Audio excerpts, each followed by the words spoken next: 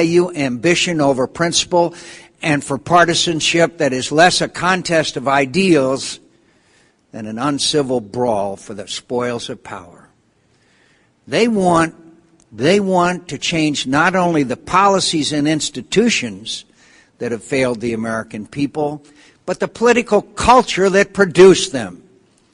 They want to move this country forward and stake our claim on this century as we did on the last.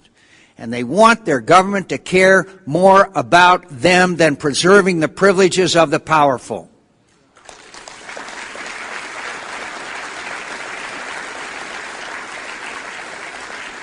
There are serious issues at stake in this election and serious differences between the candidates, and we will argue about them, as we should.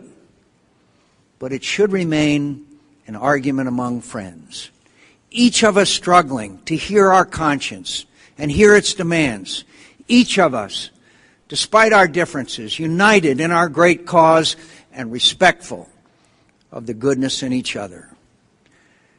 That's how most Americans treat each other, and it's how they want the people they elect to office to treat each other. If I'm elected president, I will work with anyone who sincerely wants to get this country moving again. I will listen to any idea that is offered in good faith and intended to help solve our problems, not make them worse. I will seek the counsel of members of Congress from both parties informing government policy before I ask them to support it. I will ask Democrats to serve in my administration. My administration will set a new standard for transparency and accountability. I will hold weekly press conferences. I will regularly brief the American people on the progress of our policies have made and the setbacks we have encountered. When we make errors, I'll confess them readily and explain what we intend to do to correct them. I'll ask Congress to grant me the privilege of coming before both houses to take questions and address criticism, much the same as the Prime Minister of Great Britain appears regularly before the House of Commons.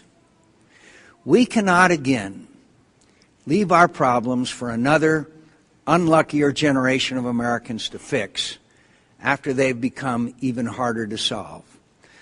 I'm not interested in partisanship that serves no other purpose than to gain a temporary advantage over our opponents.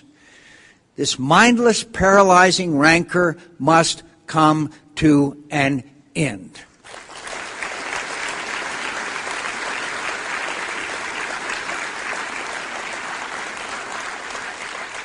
We belong to different parties, not different countries.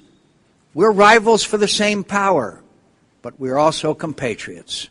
We're fellow Americans, and that shared distinction means more to me than any other association.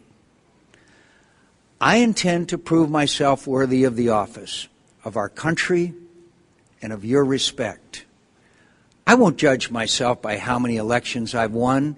I won't spend 1 hour of my presidency worrying more about my re-election than keeping my promises to the American people. There is a time to campaign and a time to govern. If I'm elected president, the era of the permanent campaign will end. The era of problem solving will begin.